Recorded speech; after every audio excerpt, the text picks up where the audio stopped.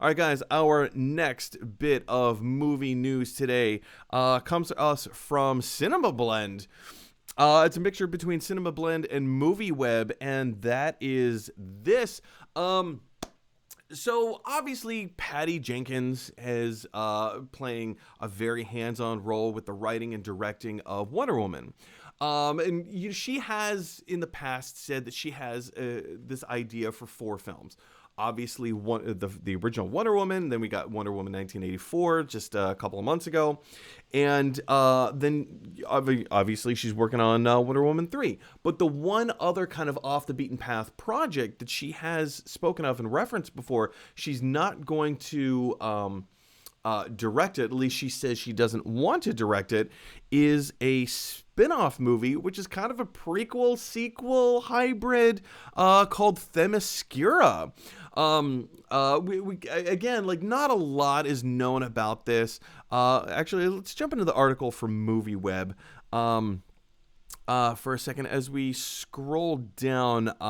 Patty Jenkins herself, when she was interviewed about it, she says, there's an arc that I have in mind for the first movie, and then the second movie, Wonder Woman 1, Wonder Woman 1984, and then the Amazon movie, which is kind of its own spin-off thing, and then the third movie, Wonder Woman 3. I'm not going to direct the Amazon project. Hopefully, I'm going to try really hard not to. It's going to be, it's not going to be easy. But Wonder Woman 1984 co-writer and former DC, blah blah blah. Everybody knows his name, Jeff Johns. So she and Jeff Johns came up with the story, and we sold the pitch, and we're going to get to produce it. I mean, like, this is really cool. This is a story that Jeff Johns and I came up with, and then introduced to Warner Brothers. The events of this story take place after Diana leaves Themyscira. The island of the Amazons are there. And there are some plot twists and turns linked to what will happen between Wonder Woman 1984 and Wonder Woman 3. The production of the project has not officially yet been started, but I hope to get it. I'm having a hard time like reading and thinking at the same time. But I hope we get it because I love this story. So that's pretty cool. But then Connie Nielsen, who plays Wonder Woman's mother, Hippolyta, she was very recently interviewed, and she had this to say regarding this spin-off film. She says, well, I can tell you that it's not just after what happens in Wonder Woman. There's also some other stuff in there, which is related to a prior time as well. So I'll jump back to this for a second, but Connie Nielsen is not just saying that this Themyscira movie is going to be kind of an in-between of what happens after Diana leaves Themyscira, but it's also going to help set up the third Wonder Woman film. Connie Nielsen here is saying there's stuff in this story, in this movie, whether the script has been written already or whether Connie Nielsen has had these conversations with Patty Jenkins. That is another conversation to have. How does Connie Nielsen know if the script hasn't been written? We'll talk about that in a second. But she goes on to say there's a lot of different sort of things that you can see where the story is a little bit origin-minded. Interesting. But there are also other times involved. So there's going to be a lot. It sounds like there's going to be a lot involved in this spin-off Themyscira movie.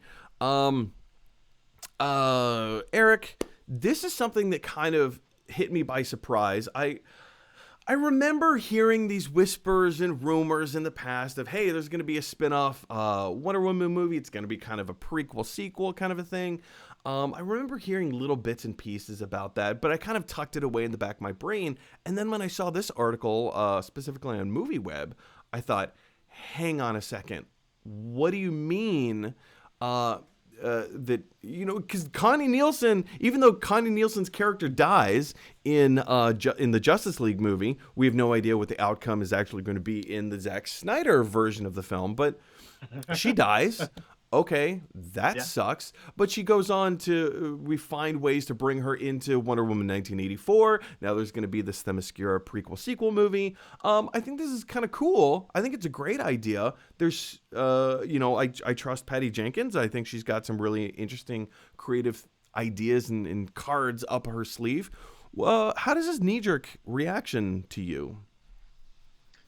It's tricky for me. If we get Connie back, we also maybe get Robin Wright back, who knocked it out of the park man, in the she was first one. wonderful. Who I'd watch a whole movie just about that. To be perfectly honest, I'd watch a movie about both Connie and Robin being amazing badasses. But I have this giant oh no, what if? I mean, the problem that a lot of the story has in my brain is that they're in Themyscira. They're isolated. There's a whole reason why Diana leaves, and she's the only one out there. Though after the last movie, there was a bit of a teaser spoiler out there that we cameo potential person that they could easily tell stories about with another exists. And I think if they're going to tell a story in a bubble, which it feels like maybe they have to do, then they have to go into the whole of the island, as it were, which means they've got. Because otherwise, why don't we have the Amazons just out and about, kicking ass and protecting our planet? We don't need everybody else. So there's this. I think there's a weird back and forth that has to play into here. I'd love to see it. I feel like on a personal level that based on the last film, I think that there could be. I don't want, but I hear what you're saying. Yeah. I kind of feel like if this is going to be like a Themyscira movie as opposed to like a Wonder Woman movie, which I mean that sounds like what it's going to be. I think keeping the story contained to Themyscira is fine, because it does raise a lot of questions of, okay, but how was Wonder Woman conceived? How, like, Right. We know that her father is Zeus, but like, how did that happen? Like, what was the and I'm not talking about like, I don't need to see sexual intercourse between Hippolyta and Zeus. I don't need to see that. But like, because we know that she was created from Depends clay. on who's playing Zeus. What's fair. I mean, Jason Momoa coming in to play two different roles in the DCEU, right? I'd watch that. But like, we know that Diana was molded out of clay, and that it was Zeus that brought her to life. So that could be a really fascinating story. Okay, I'll put the pitch out. By the way, David Hasselhoff as Zeus. Bruce Campbell as Zeus. That would be. Okay, Bruce Campbell is doing the clay molding, and Hasselhoff comes around ghost. Oh man, was that Unchained Love? Is that what that was? Yeah, Unchained Melody. Yeah. Yeah. So I mean, there's a lot of backstory to like who, and I will contend the opening sequence of Wonder Woman 1984 was the best part of that movie. Again, to your point, like Wonder Woman 84 was not the most confidence building. I love Patty Jenkins. I love what she does. Wonder Woman 84 had a really strong concept that it just didn't feel like it delivered.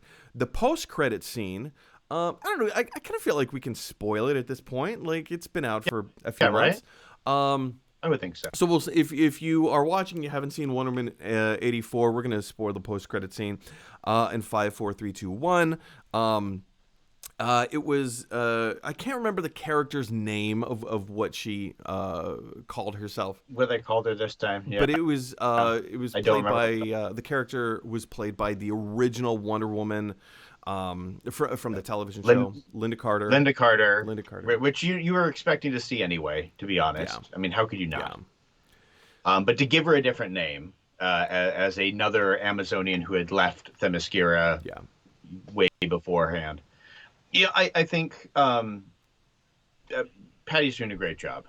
And I think Wonder Woman 84 is a great example of how it doesn't matter what your desire is in the roles in making movies, that if production wants to do something, it's going to happen. And it may not be the right thing, and that there's a little more power than just having a great director and a writer who's saying, I'm doing this really Yeah. awesome thing, if they're not given the freedom to do it. So it worries me that if we get a non Wonder Woman show and we're going to get another producer oversight that may change our desired outcome. I fair, but I'll also look at George Lucas. Like, you know, we all point to George Lucas and say he's the godfather of Star Wars. He can do no wrong. And then we got the prequels, and he had complete creative control. Right. So sometimes, I mean, you do need the string on the kite to give it lift. You know?